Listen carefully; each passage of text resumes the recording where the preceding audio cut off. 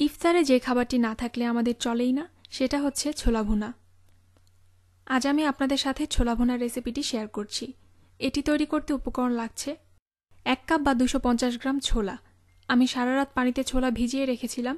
তারপর ছোলা ভালোভাবে ধুয়ে লবণ ছাড়া পানিতে সিদ্ধ করে নিয়েছি। তারপর পানি ঝরিয়ে রেখেছি। একটা বড় আলু সিদ্ধ করে ছোট ছোট পিস করে কেটে নিয়েছি। পেঁয়াজ কুচি আধা কাপ, আদা বাটা 1 চা চামচ, রসুন বাটা 1 চা চামচ, হলুদের গুঁড়ো আধা চা চামচ, শুকনো মরিচের গুঁড়ো আধা চা চামচ, গরম মশলার গুঁড়ো আধা চা চামচ, ধনিয়ার গুঁড়ো আধা চা চামচ, টালা জিরার গুঁড়ো 1 চা চামচ।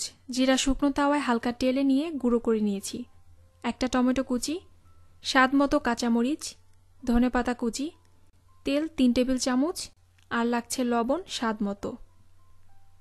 প্যানে তেল দিয়ে দিচ্ছি।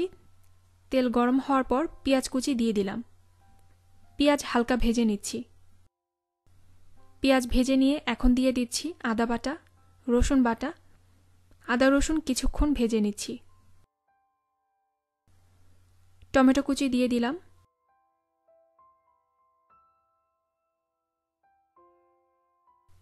জিরার গুঁড়ো বাদে সব মশলা, গরম মশলার গুঁড়ো, শুকনো মরিচের গুঁড়ো, হলুদের গুঁড়ো, ধনিয়ার গুঁড়ো আর লবণ দিয়ে দিলাম। মশলাগুলো যেন পুড়ে না যায় তাই সামান্য পরিমাণ পানি দিয়ে দিচ্ছি। মশলা 6 থেকে 7 মিনিট ভালো করে কষিয়ে নিব। মশলা ভালো করে কষিয়ে নিলে কাঁচা স্মেল থাকে না আর ছোলা ভুনা খেতে খুব মজা হয়। প্রয়োজনে আরেকটু পানি দিয়ে মশলা কষিয়ে নিতে হবে। উপরে তেল ভেসে উঠেছে, মশলা কষানো হয়ে গেছে। এখন সিদ্ধ করা আলু আর ছোলা দিয়ে দিচ্ছি। স্বাদ মতো কাঁচামরিচ দিয়ে দিলাম। 3 থেকে 4 মিনিট কষিয়ে নিচ্ছি। এখন আধা কাপ পানি দিয়ে দিলাম। 5 মিনিটের জন্য ঢেকে দিচ্ছি। 5 মিনিট পর দিয়ে দিচ্ছি টালা জিরার গুঁড়ো। এটি দিলে খুব সুন্দর একটা ফ্লেভার আসে।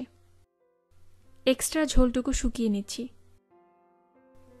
একটা চামচ দিয়ে কিছু আলু এভাবে চেপে চেপে ভেঙে দিচ্ছি। এতে করে ছোলা ভুনা মাখো মাখো হবে। ঝোল শুকিয়ে গেছে।